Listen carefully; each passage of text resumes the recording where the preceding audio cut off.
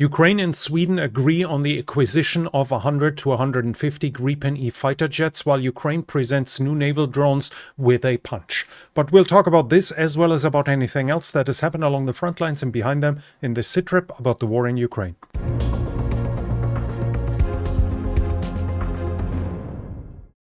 The Ukrainians have struck the Bryansk chemical factory with storm shadows, once again striking Russian defense industry. The attack on the gas facility in Orenburg has stopped the deliveries of gas from Kazakhstan.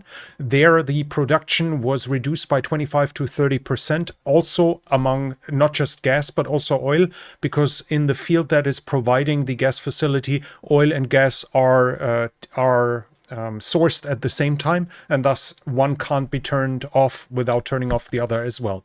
The Ukrainians managed to destroy several small planes in Zaporizhzhia. Those planes were used by the Russians to hunt down Ukrainian drones, and here in this recent strike by the GUR, by the Ukrainian intelligence, these two of these planes were destroyed.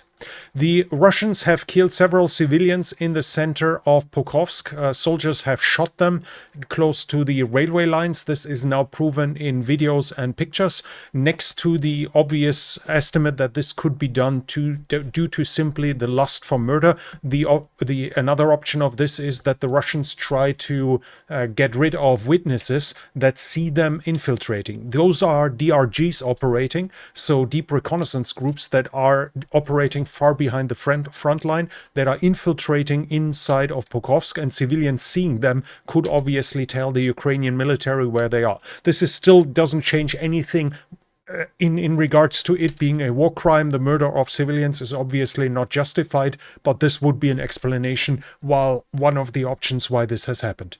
The Russians are also continuing to strike the infrastructure for winter, and the Russians have at times even had drones circle above the targets to prevent a repair. As in the past, the Russians have done again and again double taps, and thus first aid personnel to extinguish fires, for instance, does not dare to close in while there's still an attack drone circling above. Today, also, there was a new attack on Poltavka Oblast. Poltavka is further away from the front line than other oblasts here. Here inside of this oblast, for the first time, gliding bombs were used by the Russians. This is likely due to the usage of a new gliding bomb that has a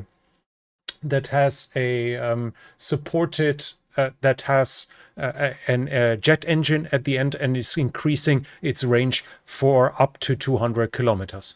The Russians also struck a kindergarten today in Kharkiv, as we can see clearly visible here, and one civilian was killed in this attack.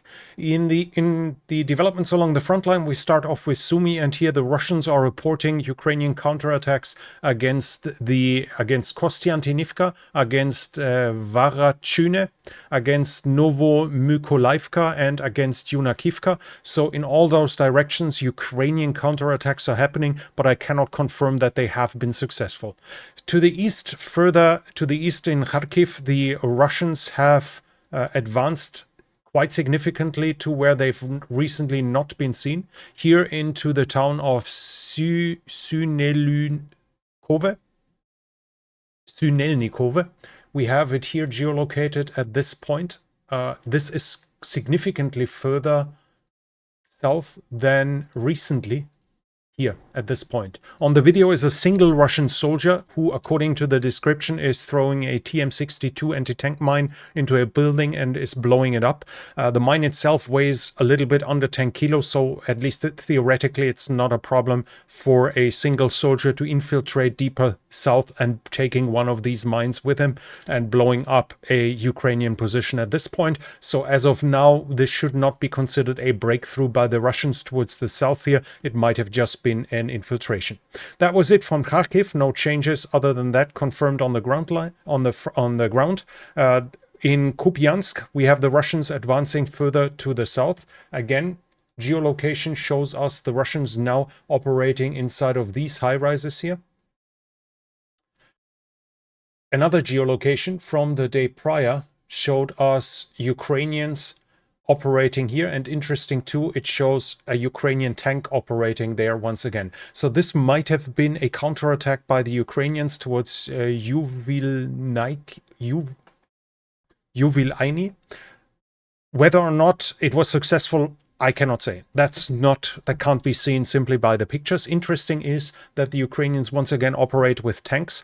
It's likely that the Russians in their deep infiltration simply do not carry proper anti-tank weapons, as they are sizable, they are big, hard to conceal, and usually just have one shot, whereas it's more likely of them meeting Ukrainian infantry, so taking additional ammunition with them for their assault rifle makes a lot more sense.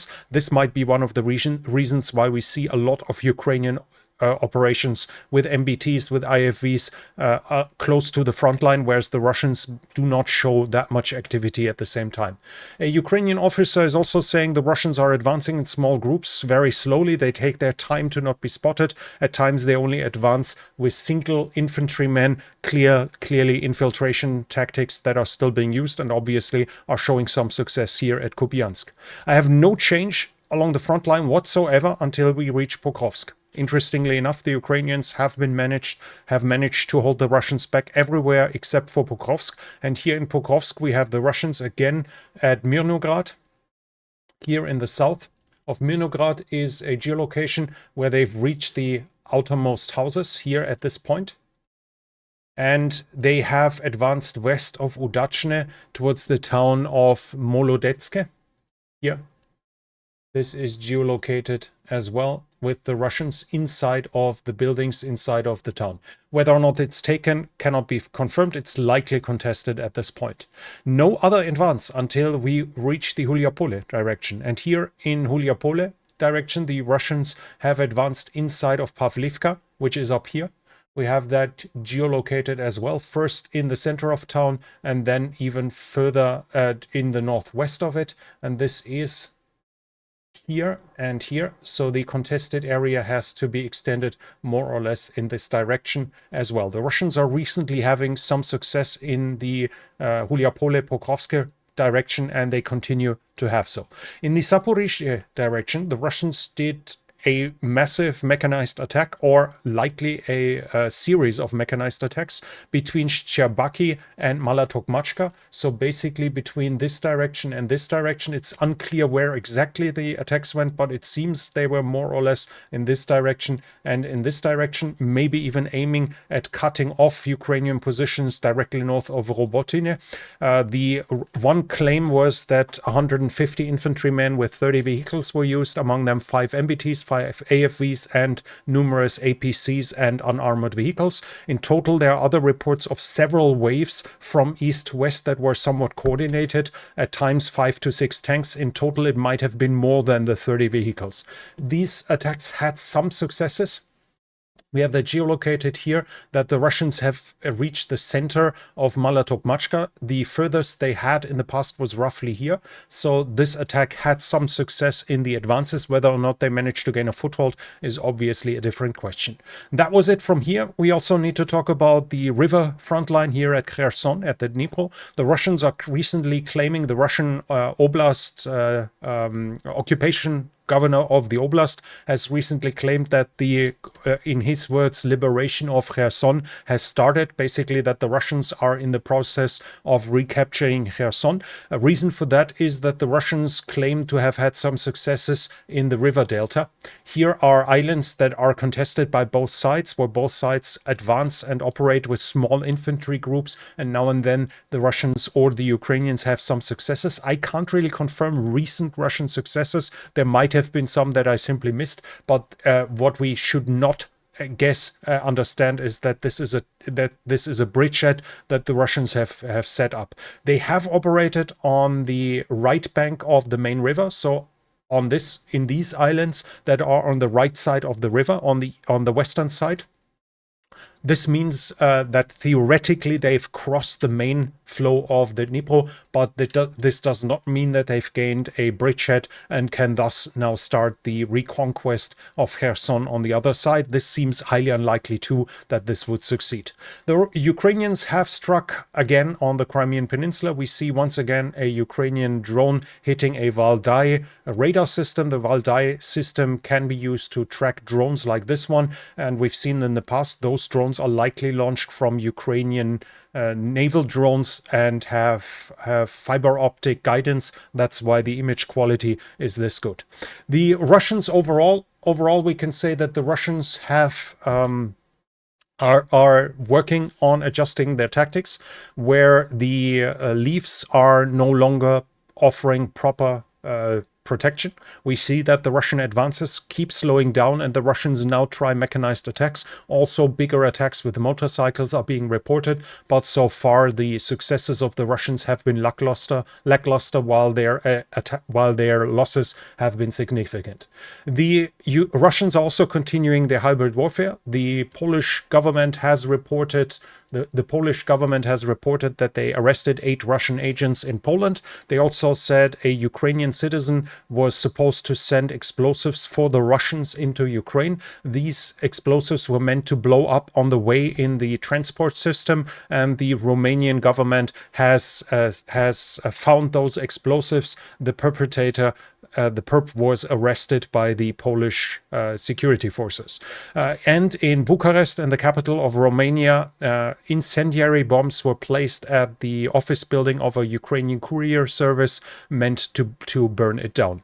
The Ukrainians are trying to gain new weaponry too. With the recent visit in the United States, a Ukrainian delegation was also meeting with the US industry, and there they said that they want to acquire AH-1Z and UH-1Y, basically the newest iterations of the Huey and of the Cobra gunship that are still being used by the US Marine Corps. The Ukrainians want to replace their current inventory that is obviously under stress due to the questionable supply of spare parts and due to the war. They want to switch over to Western equipment, and the AH-1Z and the UH-1Y might be affordable new weapon systems in comparison to the alternatives. Then the Ukrainians have presented new naval drones. Among them are various different types. Interesting is here, it looks like a heavy machine gun placed on a mount, and here that seems to be a Grad missile launcher, Grad rocket launcher, and that seems questionable as it's basically an area weapon, which would then be launched from a small ship that has obvious movement inside of the water, and that leaves it questionable to which degree it can be used. But the Ukrainians are being supported by Turkey, and among them Turkey has among its defense industry Roketsan, which is producing 122mm missiles that are guided, so basically Grad missiles that are guided, among them with GPS and GLONASS, so they would be usable for the Ukrainians to launch from the shore against targets on land 28 kilometers deep, or among other objects, possibly against ships as well, at least if they are stationary. So this is an interesting way again for the Ukrainians to strike against the Russians. Further reach than many drones, and obviously a heavier weapon load, a heavier explosive load than drones as well, and this might be used against the Crimean Peninsula. In the political sphere, Trump has denied that he demanded that Zelensky would give up Donetsk. Instead, he publicly said that he supports a ceasefire along the front line. This was obviously immediately declined by the Russians, no surprise here. But the interesting news for today is Ukraine is interested in getting 100 to 150 Gripen-E. This is now a memorandum of understanding was signed between the Swedes and the Ukrainians. The Gripen-E is the modern fighter jet of the Swedish Air Force. It's a completely revamped model, which has little to do with the previous Gripen. It's just now entering service and is considered to be a 4.5 generation fighter plane with most modern avionic available. So this has barely anything to do with the old plane. This would obviously be a massive improvement for the Ukrainian Air Force. It's still unclear, though, how it's going to be financed, especially as the Ukrainians want to buy it. And obviously, delivery will take a couple of years. At the same time, there's good news, too, from the Czech Republic, as they are donating a military satellite to the Ukrainians. But that was it for today's SITREP. If you liked it, please give it a thumbs up. It helps with the algorithm. Leave a comment if you have something to add. And if you're new here, I would like to invite you to subscribe to the channel and hit the bell icon so you don't miss future videos. This channel is only possible because of the support of viewers like you. If you like to support the channel, you can do so by the means in the description. But that's it from me for now. Thank you for watching, and I'll be back.